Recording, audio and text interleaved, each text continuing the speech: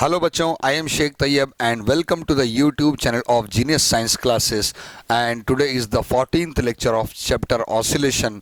और बच्चों आज के लेक्चर में हम टॉपिक देखने वाले हैं, डेरिवेशन है expression for time period of simple pendulum. ठीक है, time period is denoted bye T. सबसे पहले तो टाइम पीरियड का डेफिनेशन हम इससे पहले भी बहुत बार देख चुके हैं।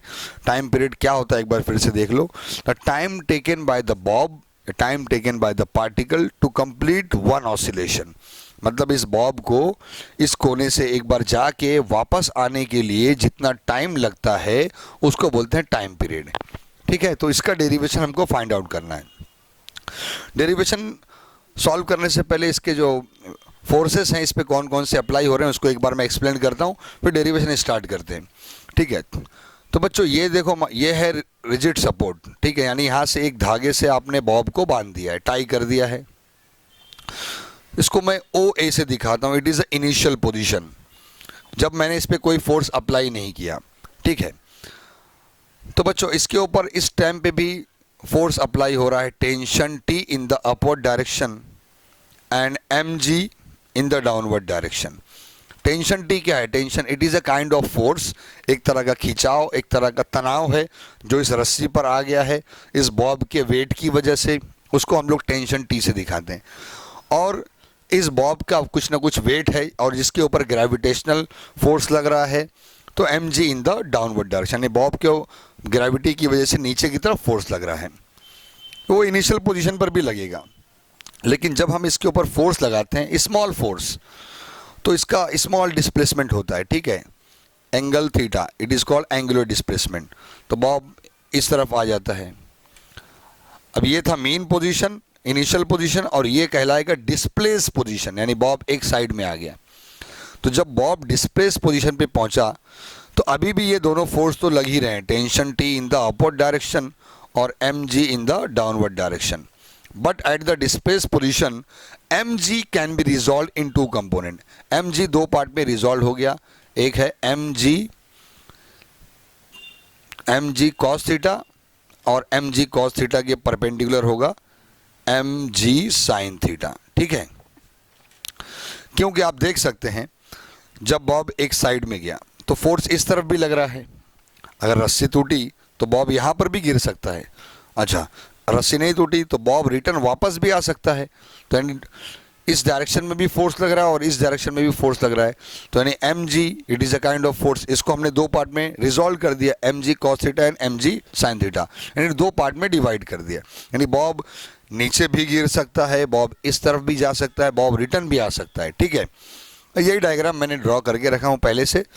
आप देख सकते हैं इस डायग्राम के अंदर O A is the initial position at equilibrium situation, L is the length of pendulum, यानी सेंटर ऑफ ग्रेविटी से लेकर रिजिड सपोर्ट तक के बीच का distance, that is denoted by L.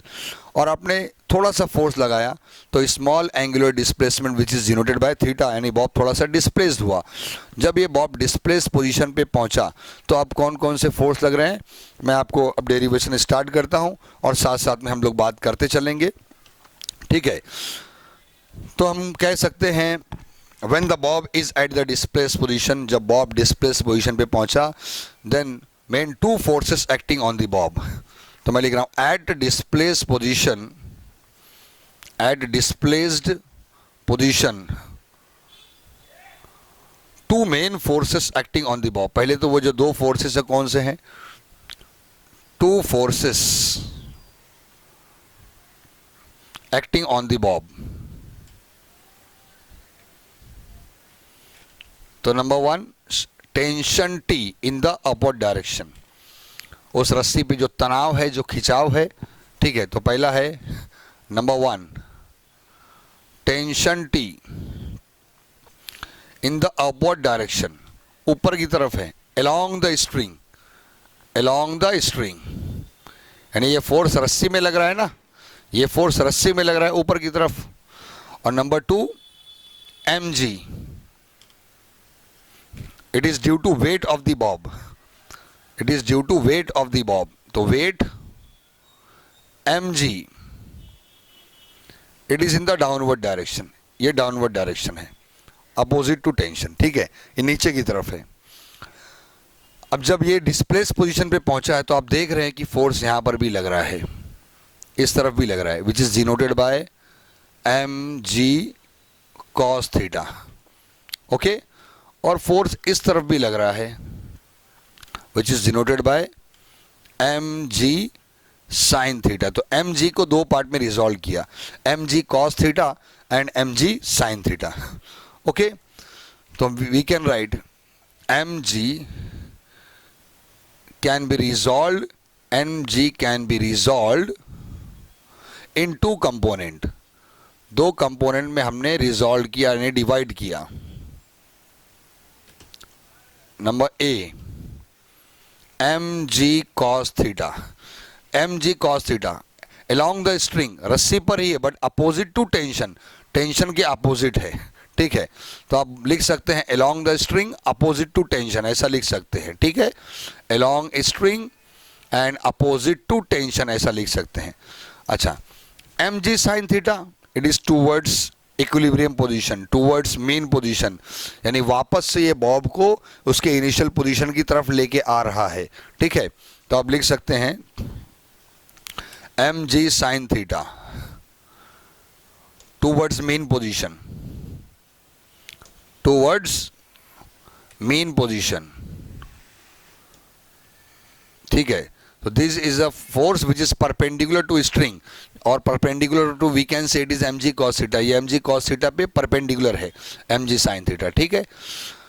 तो टूवर्ड्स मेन पोजीशन या टूवर्ड्स इनिशियल पोजीशन ऐसा भी बोल सकते हैं mg sin थीटा। बट यहाँ पर इंपॉर्टेंट एक बात ध्यान देना, सबसे इंपॉर्टेंट बात, कि मैंने स्टार्ट में बोला कि हमने जो फोर्स अप्लाई किया है it is a very small force, बहुत हल्का सा, ज़्यादा ऑसिलेट नहीं करना चाहिए बॉब। प्रैक्टिकल में भी हम लोग बच्चों को इंस्ट्रक्शन देते हैं, प्रैक्टिकल करने के टाइम पे थोड़ा सा फोर्स लगाओ, फॉर ओनली 4 to 5 सेंटीमीटर का एम्पलीट्यूड चाहिए रहता है, ठीक है।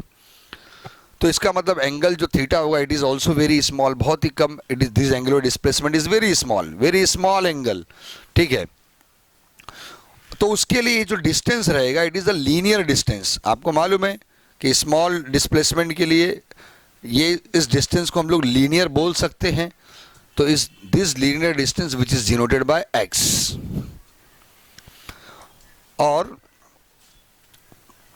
अब यहां हम जब डेरिवेशन सॉल्व करने जा रहे हैं, ठीक है, तो इसमें दूसरी इंपॉर्टेंट बात यह है कि पहले तो ये स्मॉल डिस्प्लेसमेंट और ये लीनियर डिस्प्लेसमेंट कहलाएगा, it is denoted bye x। Therefore this is also called linear simple harmonic motion, ठीक है। बॉब ऑसिलेट तो कर रहा है तो सिंपल हार्मोनिक मोशन हो गया, बट आपने स्मॉल फोर्स लगाया स्मॉल डिस्प्लेसमेंट के लिए, तो that is why it is also called linear simple harmonic motion. अच्छा, दूसरी इंपॉर्टेंट बात जो मेन डेरिवेशन जो हमारा आने वाला है, अब आप एक बात बताओ कि मैंने इस बॉब पे फोर्स लगाया तो बॉब यहाँ पर गया, क्या वापस आने के लिए फिर से फोर्स लगाया क्या मैंने? नहीं, वो अपने आप वापस आ जाएगा। यानी जो फोर्स मैंने इस पे अप्लाई किया स्टार्ट में, जब वो इनिशियल पोजीशन पर था, ओ ए पर था, जब मैंने फोर्स लगाया वो ओ बी पे चला गया, तो मेरा फोर्स इस बॉब के अंदर रीस्टोर हो गया। This force is called restoring force, जिसकी वजह से वो रिटर्न वापस आएगा और ऑसिलेट होता रहेगा। यानी बार बार आपको पेंडुलम पे जाके फोर्स लगाने की जरूरत नहीं, एक ही बार आप फोर्स लगाएंगे तो जो फोर्स हम अप्लाई करते हैं which is store in the form of Bob, store in the Bob, ये बॉब में स्टोर हो जाता है, जिसको हम लोग रीस्टोरिंग फोर्स कहते हैं। तो यहाँ पर आप देख रहे हैं कि ये mg sin थीटा बॉब को वापस लाने का काम कर रहा है उसके इनिशियल पोजीशन पर। तो यहाँ पर mg sin थीटा क्या हो जाएगा? It is a restoring force, जो बॉब को वापस उसकी इनिशियल पोजीशन तक लेके आ रहा है, ठीक है।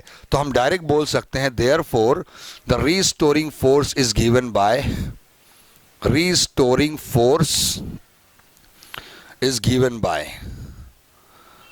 क्या restoring force मिला? देखो, restoring force which is denoted by F, which is approximately equal to mg sin theta, mg sin theta. और मैं माइनस भी लगाता हूं, क्यों? Because negative sign shows that force and displacement are in opposite direction. Start में तो आपने force उधर लगाया था, बॉब इधर आ रहा है, that's why it is a minus. Negative sign shows that force and displacement are in opposite direction.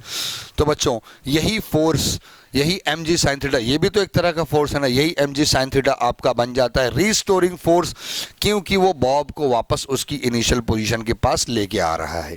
ठीक है, ओके। तो आपको कई बातें मालूम पड़ गई, डिस्टेंस एल है, ये डिस्टेंस एक्स है, ठीक है, और इसको मैंने लीनियर कंसीडर किया तो सीधा लाइन स्ट्रेट लाइन ड्रॉ किया, एक्स बोल दिया, और ये है टेंशन टी। ओके, अब यहाँ पर मैं ट्रिग्नोमेट्रिक फार्मूला अप्लाई करता हूँ। ट्रिग्नोमेट्रिक फार्मूला देखो, इस ट्राइंगल ओ ए बी में ट्रिग्नोमेट्रिक फार्मूला यूज करता हूँ, sine theta, sine theta which is equal to, you know that, opposite side upon hypotenuse. तो साइन थीटा का अपोजिट साइड कौन है, ये देखो एक्स, एक्स, हाइपोटेन्यूज कौन है, एल, ये ट्राइंगल में एक्स अपॉन एल, तो sine theta which is equal to X upon L. ठीक है, इसको मैं इक्वेशन नंबर 1 देता हूं। यहां पर साइन थीटा की वैल्यू मैं एक्स अपॉन एल पुट कर देता हूं। हम चाहें तो यहां पर एक स्टेप ऐसा भी बोल सकते हैं, this theta is very small, ये थीटा की वैल्यू बहुत ही स्मॉल है, therefore sine theta which is approximately equal to theta, इसीलिए साइन थीटा की वैल्यू क्या होगी, थीटा। तो मुझे यहाँ भी थीटा करना पड़ेगा, उसके बाद मुझे यहाँ भी थीटा करना पड़ेगा, दोनों थीटा थीटा हो जाएगा, फिर मैं थीटा की वैल्यू एक्स अपॉन एल लिख दूंगा, और वैसे भी साइन थीटा की वैल्यू एक्स अपॉन एल ही आ रही है, तो डायरेक्ट भी पुट कर देंगे तो कोई इशू नहीं है। देयरफॉर क्या हो जाएगा, अब F is equal to minus M into G, और साइन थीटा के बदले मैंने क्या लिख दिया, एक्स अपॉन एल। ओके, इसको इक्वेशन नंबर 2 देता हूं मैं।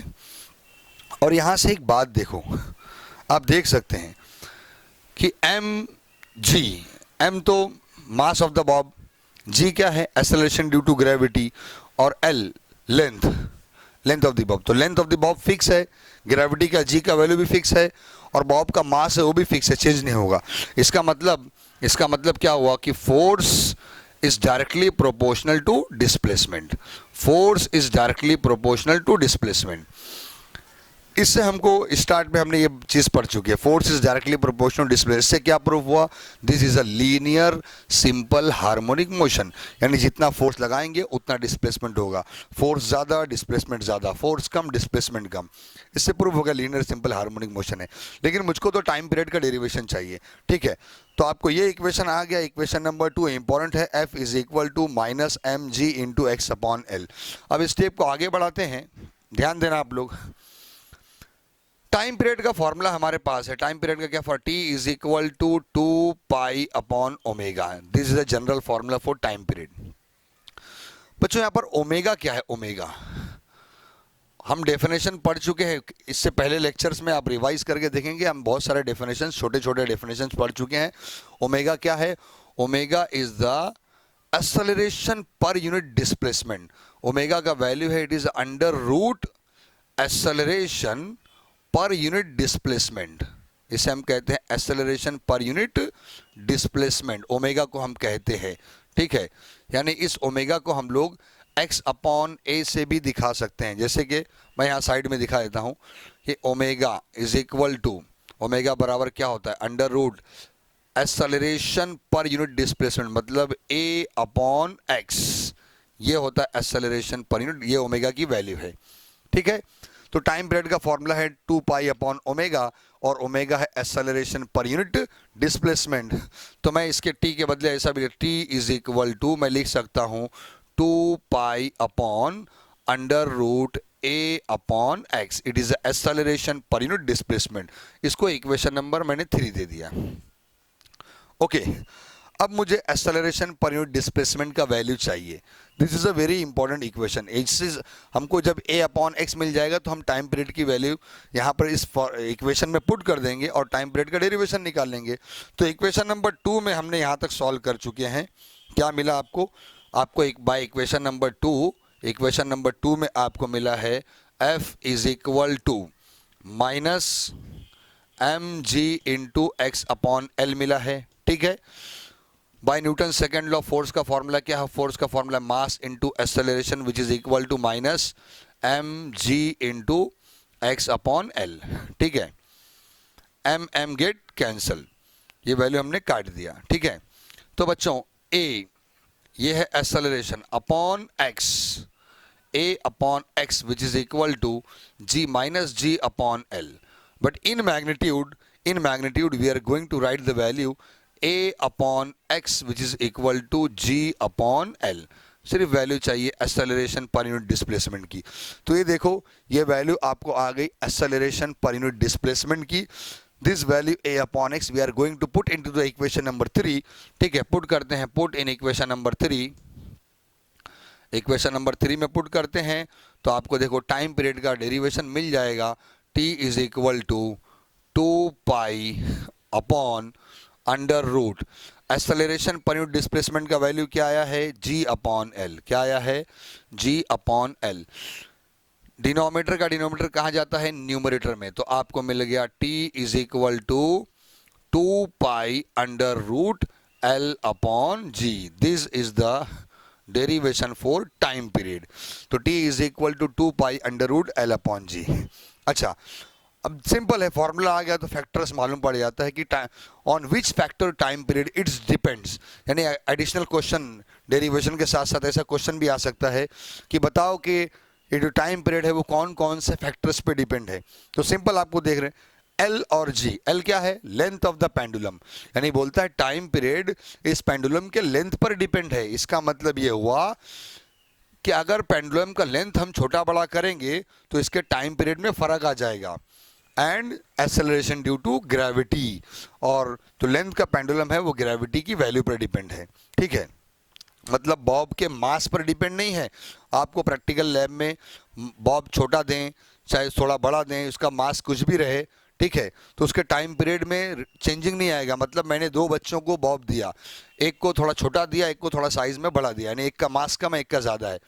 बट दोनों को अगर मैंने बोला कि length of the Bob, Bob का लेंथ रखो 1 मीटर फिक्स, ठीक है, और ग्रेविटी की वैल्यू दोनों के लिए सेम रहेगी। अगर हम यहीं पे प्रैक्टिकल कर रहे हैं, दोनों एक ही लैब में कर रहे हैं, तो लेंथ भी फिक्स है, ग्रेविटी भी फिक्स। बट दोनों बच्चे लोग का जो पेंडुलम है उसका मास अलग अलग है।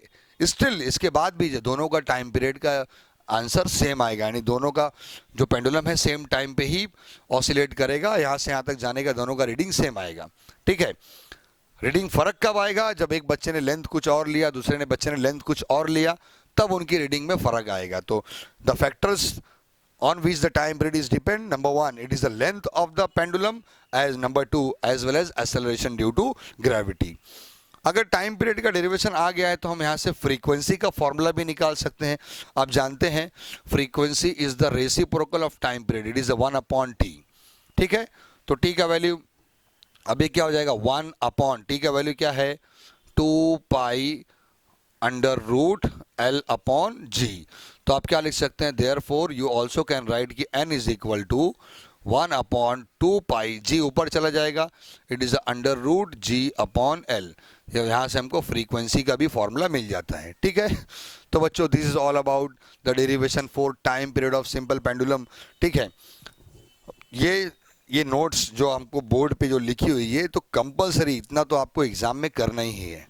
हम जो भी आपको टॉपिक यहाँ पे पढ़ा रहे हैं बोर्ड पे, ये तो कंपलसरी आपको करना ही है। इससे पहले जो मैं एक्सप्लेन कर रहा था वो सब एक्सप्लेनेशन पॉइंट में आ जाएगा। यानी आप इस डेरिवेशन से पहले अगर 4-5 लाइन कुछ लिखना चाहते हैं तो जो मैंने इससे पहले रफ डायग्राम बनाया, एक्सप्लेन किया, वही सारी बातें वहाँ पर लिखना है। और ये तो कंपलसरी पॉइंट है, यहाँ से तो आप कुछ डिलीट नहीं कर सकते, पूरा के पूरा आपको परफॉर्म करना पड़ेगा। ओके, तो ठीक है, स्टॉप करते हैं, हमारा डेरिवेशन हो गया time period of simple pendulum. Okay, good bye.